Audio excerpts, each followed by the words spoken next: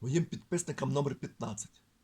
В сучасному світі важко робити добро. Хтось створює канал і хоче на ньому заробити. Я також не проти грошей, але я нікого не прошу хитро, вимагаючи: люди, ви мудрі.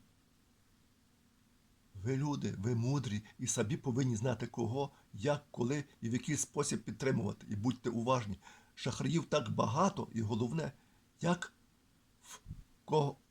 в кого і не знаю, я не допомагаю. Кого не знаю, тому не допомагаю. Бо як не видно плоди добра, то можна багато говорити. Я можу вас обдурити. І тому мені також не довіряйте, бо ви мене не знаєте.